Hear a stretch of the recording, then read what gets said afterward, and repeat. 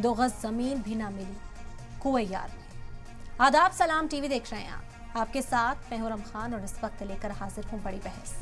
बहादुर शाह जफर का ये शेर अपनी जमीन से मोहब्बत, अपने मुल्क से वफादारी और अपने वतन से बेपनाह प्यार का सबूत देता है।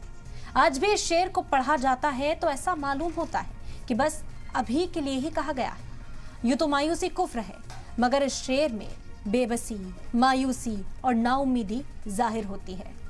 अब आप ये सोच रहे होंगे कि नए जमाने में ये पुरानी बातें क्यों सुनाई जा रही हैं? अचानक क्या हुआ कि बदनसीबी, मायूसी और बेबसी की बातें की जा रही हैं?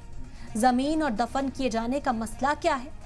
दरअसल एक रिपोर्ट के मुताबिक दिल्ली में 2035 के बाद तदफीन के लिए जगह तक नहीं बचेगी। इसकी कई वजूहात हैं, जिनमें सबसे अहम वजह है कि तकरीबन 450 कब्रिस्तानों पर नाजायज कब्जा है, जहां सरकारी इमारतें या पार्क बना दिए गए हैं।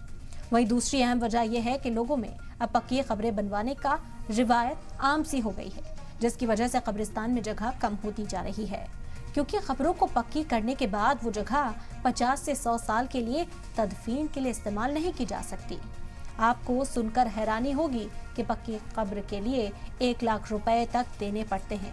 कई कब्रिस्तान में तो दफन की इजाजत तक नहीं है। ऐसे में सवाल ये उठता है कि दिल्ली में दफन होने के अरमा कहीं दिल में ही दफन ना हो जाए।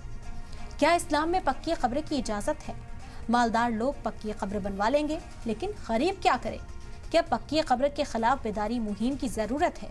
क्या जिन कब्रिस्तानों पर सरकार और किसी का कब्जा है उसे वापस लेने की कोशिश नहीं होनी चाहिए?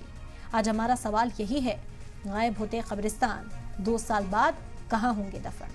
क्योंकि यह सवाल बेहद अहम आज के दौर में माना जा रहा है। 2 साल के बाद इससे ये परेशानी और आम हो जाएगी और अब तो कहा जा रहा है कि दिल्ली में 2035 तक तदफीन के लिए जगह भी नहीं बचेगी। इसके पीछे की 2 बड़ी वजूहात जो सामने आई हैं वो यही है कि एक तो कब्जा कब्रिस्तानों पर किया जा रहा है, चाहे वो निजी कब्जा हो, भूमाफियाओं का कब्जा हो या फिर सरकार की ओर से कई कब्रिस्तानों पर कब्जा कर वहां पर पार्क या फिर दूसरी चीजें बना दी गई हैं,